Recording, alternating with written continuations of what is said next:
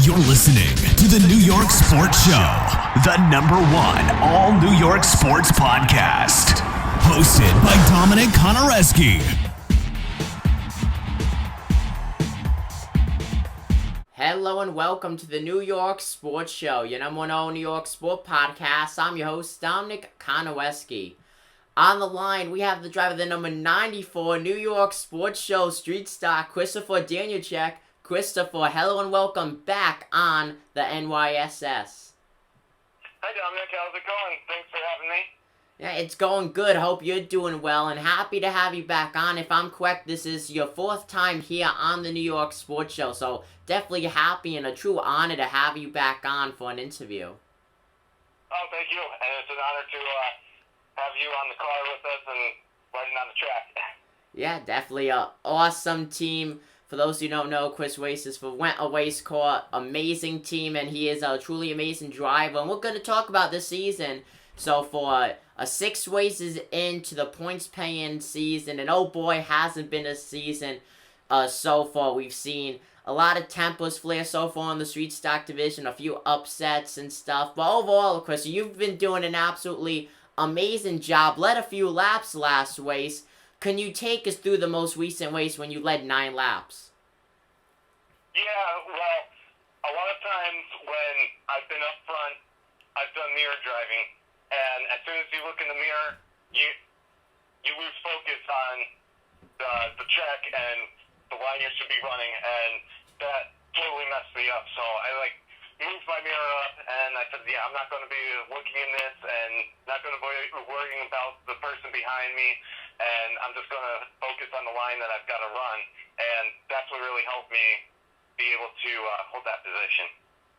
Yeah, 100%. Led a majority of the laps. I mean, when you look at the street stock features at Stafford, they're not the longest races.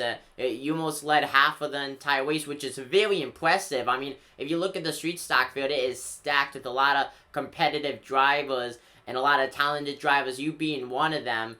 What was it like being out front? Like, what was going through your mind?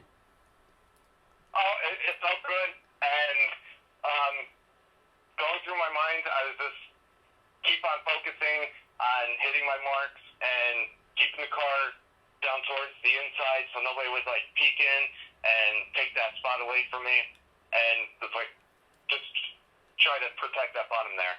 Yeah.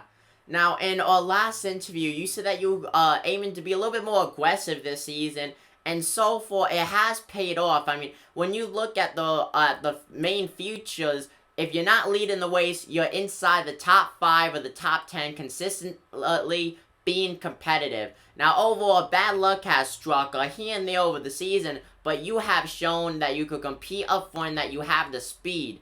It seems like it's only a matter of time for you to get a win, and you, like I said just a few seconds ago, you're winning up front, competing with the likes of Nicholas Harvey and of Frank LaTroit.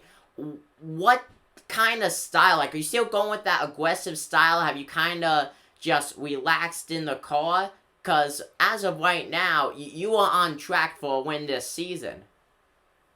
Oh, absolutely. Yeah, I've felt a lot more comfortable with the car and a lot more comfortable with myself too.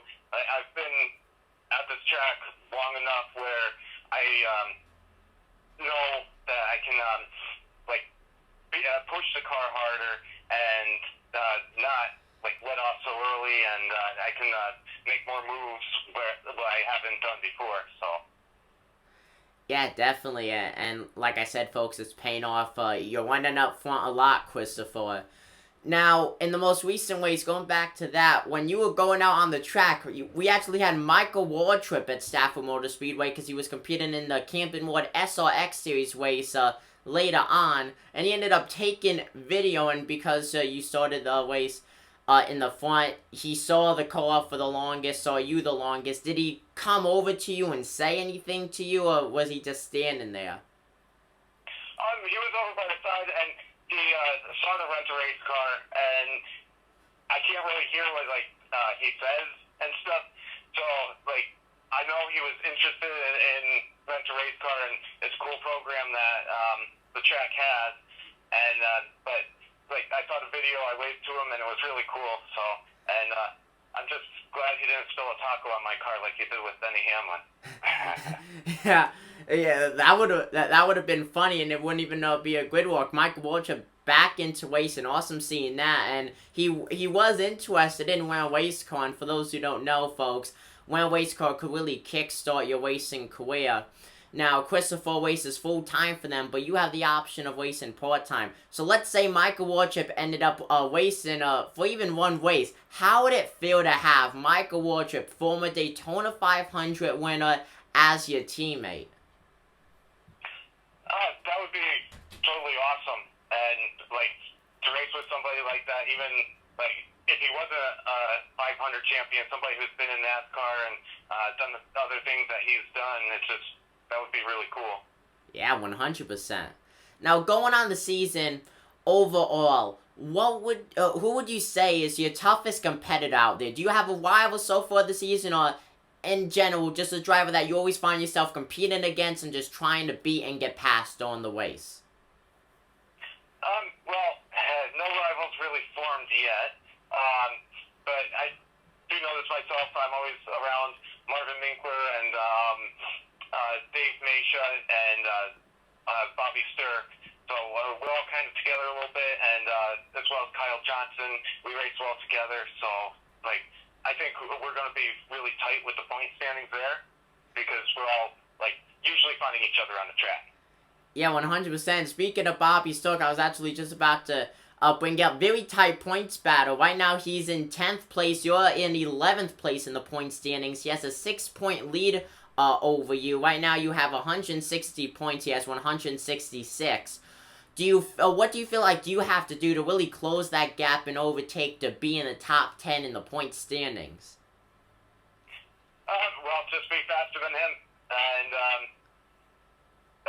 make sure I finish in front of him and use the chrome horn if I have to. Yeah, and seeing how well you've done in the feature races, overall, are you really looking to be more competitive in the feature races and just taking it easy in the heat races, or are you still being competitive in each set? I like to be competitive overall. The heat race is sort of like a practice that leads up to the feature, so you can really see what your car does, see what the other drivers are kind of doing during that heat race.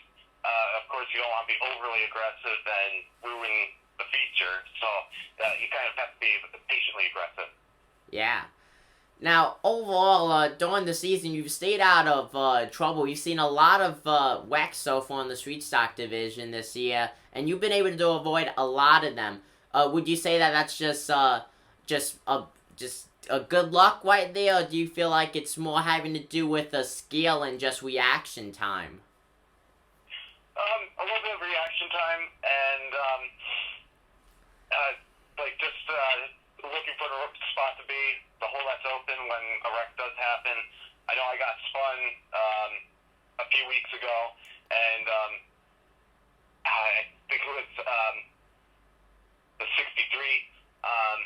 We spun and got together a little bit, and we were able to keep going after that.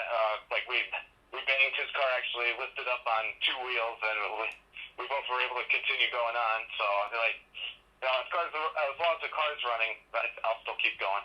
Yeah, that is a true driver right there, folks. And yeah, I actually ended up seeing that on video. The 63 of Sam Calvo ended up making some contact with you. Overall, you corrected it. He ended up, though, running into you. But, I mean, hey, that's racing. What can you do about that?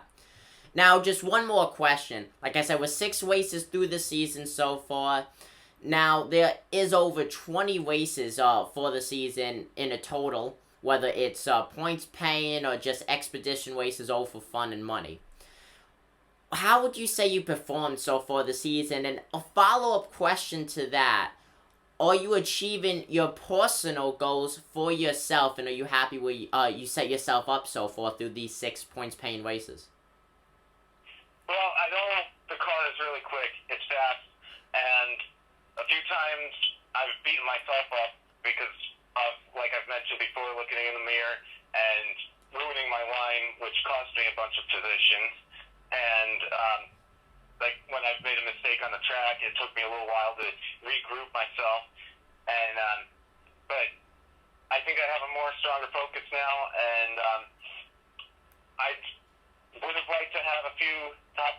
now.